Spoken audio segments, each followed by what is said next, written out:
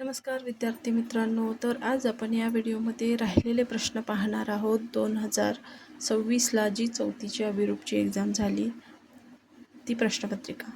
तर वेळ न घालवता चला पाहूया प्रश्न क्रमांक 58. राजारामने 3 मे ते 7 जूनपर्यंत रोज प्रत्येकी 1 लिटर दूध 65 रुपये लिटर प्रमाणे विकल्यास त्याला किती रुपये मिळतील? तर आपल्याला इथं काय करायचं आहे की 3 मेपासून ते 7 जूनपर्यंतचे आपल्याला दिवस काढायचे आहेत. तर 3 मे हा 31चा आहे.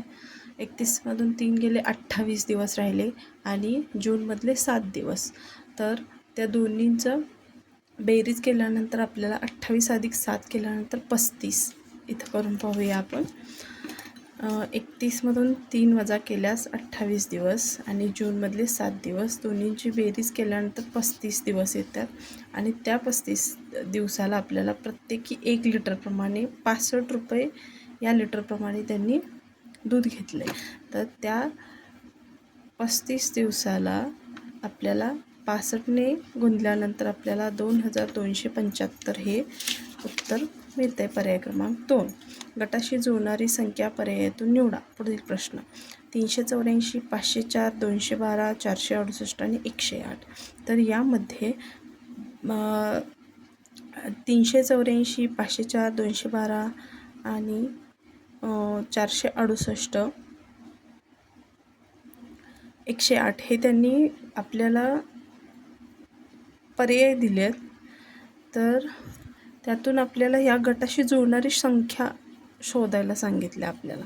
तर ऑप्शनमध्ये या ज्या काही ऑप्शन दिलेत 1, 3 आणि 4 हे या संख्यांना 4ने पूर्ण भाग जात नाही. या संख्यांना 4ने पूर्ण भाग जातो म्हणून 536 पर्याय क्रमांक 2 या प्रश्नाचं उत्तर आहे. पुढील प्रश्न पाहू. गटात न बसणारी संख्या ओळखा.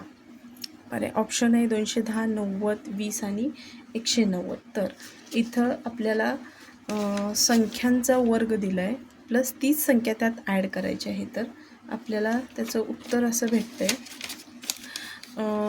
210. 210 हे संख्या 14चा वर्ग अधिक 14 केल्यानंतर 196. त्यात 14 आपल्याला ॲड करायचा मग 210 अंक मिळतो आहे. 9चा वर्ग अधिक 9 90. 4चा वर्ग अधिक 4 20. 190 ही संख्या या स्वरूपात बसत नाही. पर्याय क्रमांक या प्रश्नाचं उत्तर आहे. 61 ते 62 आपल्याला तंतोतंत जुळणारी पर्यायामधून आकृती निवडायची आहे. पर्याय क्रमांक 4 या प्रश्नाचं उत्तर आहे. 62 पर्याय क्रमांक 3. उल्कापात या शब्दामध्ये किती अक्षरे आहेत? उल्कापात या शब्दामध्ये 4 अक्षरे आहेत. ल हे अर्ध अक्षर आहे. गटाशी जुळणाऱ्या आकृती पर्यायामधून निवडायचे. इथं प्लस चिन्ह आहे, त्यात इथं आता प्लस चिन्ह आहे. तर आपल्याला पर्याय क्रमांक 4 या प्रश्नाचं उत्तर आहे. एका सांकेतिक भाषेत क म्हणजे ख, प म्हणजे फ, तर दरवळ हा शब्द कसा लिहा? तर दरवळ हा शब्द आपल्याला धल सक्ष असा लिहिला आपण. 66 खालील मालिकेतील चुकीचे पद ओळखा. 79, 73, 71, 69, 61 आणि 59 हे आपल्याला त्यांनी मालिका दिलेली आहे संख्यामाला. तर ते ऑप्शन आहे 73, 69, 61 आणि 59. तर 69 ही संयुक्त संख्या आहे म्हणून यामध्ये चुकीचं पद आहे आणि बाकीच्या ज्या आहेत त्या मूळ संख्या आहेत. आता 67 अमितचं वय सुमितच्या वयाच्या चौपट आहे. दोघांच्या वयातील फरक 12 वर्ष असल्यास अमितचं वय किती असं त्यांनी आपल्याला प्रश्न विचारलेला आहे. तर इथं आपल्याला एक समीकरण मांडून घ्यायचं आहे. तिथं आपल्याला असं दाखवायचं की अमितचं वय हे सुमितच्या वयाच्या चौपट आहे म्हणून अमितचं वय 4x आणि सुमितचं वय x असं मानून घ्यायचं. त्यांच्या दोघांच्या वयातील फरक 12 वर्ष आहे. बरोबर चिन्हाच्या पुढे 12 लिहिलं. 4x वजा x बरोबर 12. 4xमधून वजा x केल्यानंतर 3x बरोबर 12 आणि इकडं गुणिले आहे 3 ते 12ला भागिले होणार बरोबर 4. हे आपल्याला मिळालं सुमितचं वय. तर आता सुमितचं वय मिळाल्यानंतर आपल्याला काय करायचं आहे? अमितचं वय सुमितच्या वयाच्या चौपट सांगितलं. मग सुमितचं वय आपल्याला 4 मिळालं तर त्या दोन्हींचा गुणाकार केल्यानंतर आपल्याला 16 वर्ष वय हे निघतं आहे. अपूर्वा शर्वरीला वहिनी म्हणते तर अपूर्वा शर्वरीची कोण? नणंद.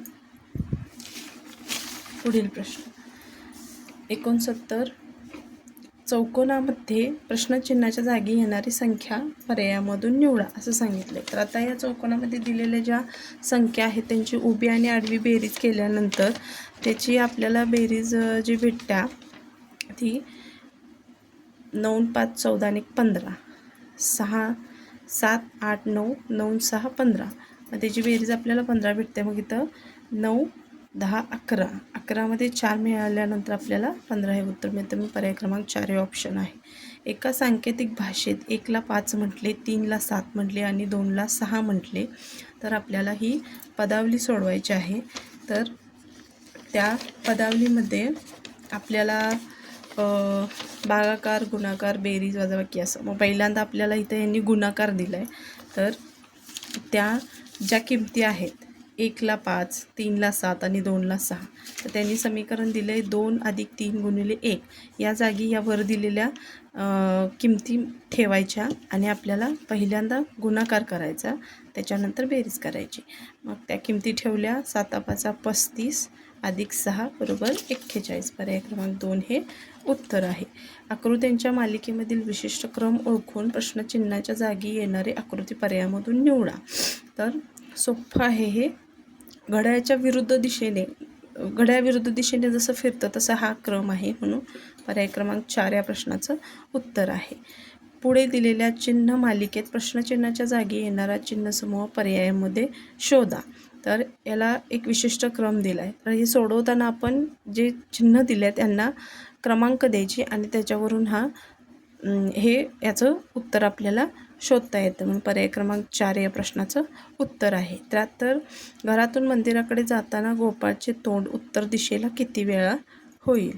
घरातून जाताना एकदा, पुन्हा इथं 2दा आणि इथं 3दा.